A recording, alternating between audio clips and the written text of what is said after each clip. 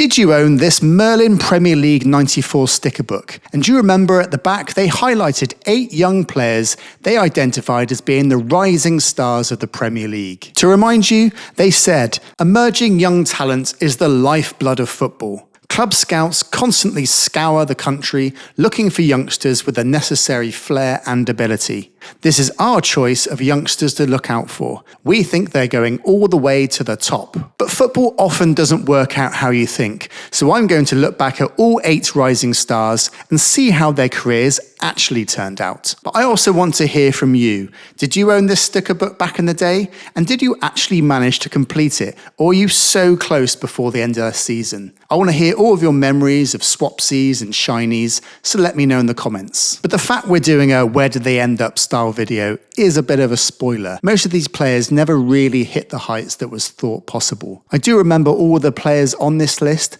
but I have no idea where they actually ended up in their careers. So I'm going to be looking at each player one by one with you. So our first rising star is Ian Selley, and as a Gooner, I remember him more than most of the others on this list, as he of course played for the Arsenal. He came through the academy following the likes of David Hillier and Ray Parlour, but it looks like he only played 41 league games for Arsenal. But his best achievement was contributing to Arsenal's run in the Cup Winners' Cup in '94, where he scored a couple of goals en route to the final. He also managed 3 appearances for England under-21s, but it looks like his career was mainly blighted by injuries. He broke his leg playing against Leicester and never managed to get back into the fold with Arsenal, who are now managed by Arsene Wenger, of course. In '97, he moved to Fulham, but broke his leg a second time after just 3 games for them. He then moved to Wimbledon, but didn't really make many appearances for them either. He had a better time with Southend United when he went on loan, but then moved into non-league football and enjoyed a good spell at Woking before moving around at a lot of other non-league sides. It looks like he initially retired in 2012, but then came back out of retirement in 2021 when he played a couple of games for Dial Square, who were founded as a protest club by Arsenal fans who were disillusioned by the club. Dial Square being the original name for Arsenal, of course. But Selley is still now involved in football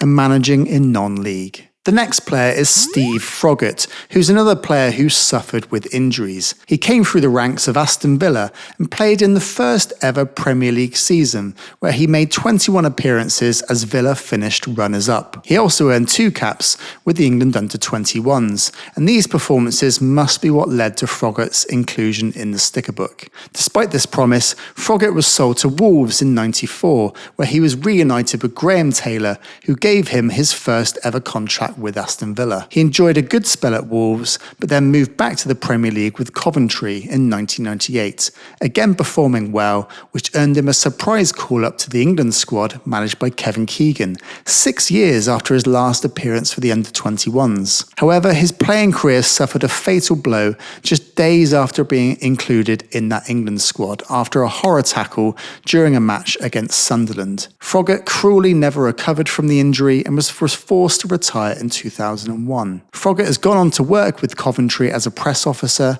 and then became a personal trainer. Next up is Neal Bartlett, who came through as a local lad at Southampton. He made a handful of appearances for the club in the early days of the Premier League, but quickly fell down the pecking order. Despite being highlighted in the sticker book, in '94 he was released by the club and joined Fareham Town before briefly playing in Sweden, then returning to England with Bashley. Over the next couple of years, he moved to lots of different clubs, but never really established himself, and by 1999, he abandoned hopes of playing professionally and joined the army as a soldier. So next on our list is Darren Caskey, who had a much better career.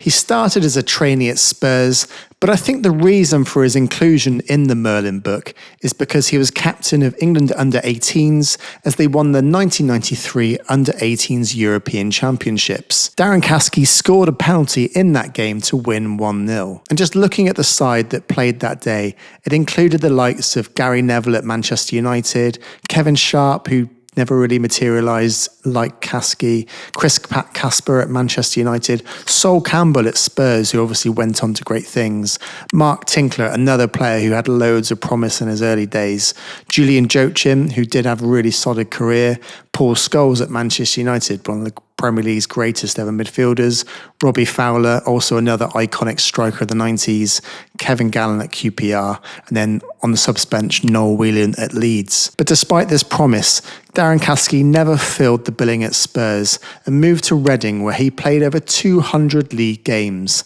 and then played 100 games for Notts County after that. So he did have a successful career below the Premier League at least. We're halfway through these 8 players, but if you're enjoying this video, please give it a like and subscribe to the channel and hit that notification bell so you don't miss any new videos. We're all living in an algorithm-driven world now, so your help is really appreciated. Now back to the video. So next up is striker Neal Shipperley, who went on to have a decent Premier League career. He got his break at the age of just 15 when playing for Spartan League side Brook House in the Middlesex Charity Cup. The tournament's patron, celebrity astrologer Russell Grant, was friends with the then Chelsea chairman Ken Bates, whose club sent a team to the tournament. Apparently, Shipperley battered Chelsea centre-back Franz Sinclair for strength and pace and was scouted by the club. This rise is why in '94 he was predicted that Shipperley could become Chelsea's first homegrown star striker since Peter Osgood in the 1960s. Yet it didn't quite happen like that, and despite scoring 7 Premier League goals for Chelsea, he moved to Southampton, ironically not that long after Neal Bartlett left the club. He had a decent scoring record for Southampton before moving to Crystal Palace, where he continued his decent, if not groundbreaking form. He went on to play for Nottingham Forest, Barnsley, Wimbledon, another spell at Palace and Sheffield United, and bounced his way between the Premier League and the First Division.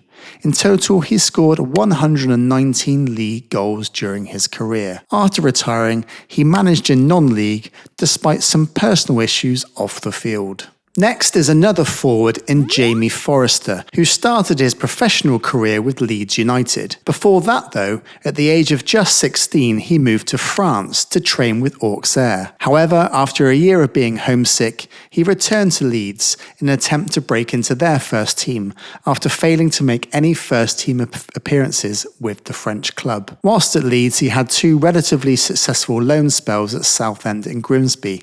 However, he only managed to play 9 times for Leeds, as he was not able to consistently perform at the top level. This eventually led him to join Grimsby on a permanent basis. He went on to play for Scunthorpe, where he had arguably the most successful spell at a club, scoring 37 goals in 101 league games. Despite being a firm favourite at Scunthorpe, another opportunity for him to play abroad came along, this time with Utrecht in Holland. It didn't work out there either, and he returned to England for another good spell, this time with Northampton. He played for a host of other clubs at this level and managed to score 148 league goals over 496 league games. The next rising star was Adie Mike, a forward for Manchester City. He came through the youth ranks and played 16 times in the Premier League for them, scoring twice. He went on to play in the Football League for Stockport County, Hartlepool United, Doncaster Rovers and Lincoln City, before moving into non-league football. After retirement, he worked as a personal trainer before studying law and is now the MD at a private jet company back in Manchester. And lastly, we have Darren Eadie, arguably the most successful player on this list. He was always on my radar growing up because he was born in Chippenham, which was just down the road from me. But Eadie came through the academy at Norwich City. The left winger started his career in the Premier League, but stayed with Norwich as they were relegated to the First Division. He was with the club for 6 years, scoring 35 goals in 168 league appearances. As the club was struggling financially, he was sold to Leicester City in 1999, where he once again returned to the Premier League. Between 94 and 97, he made 7 appearances for the England under-21 team, scoring 2 goals. And in the summer of 97, he was even called up to the England squad for Le Tournoi in France. even though he wouldn't go on to play. In 2002, Eadie was voted an inaugural member at the Norwich City Hall of Fame. So that's the 8 rising stars of the Merlin Premier League 94 sticker book. Give this video a like and let me know in the comments if you enjoyed this video, because I might well do some more content on 90s sticker books. Thanks again for watching, and why not try one of our other videos right here, right now.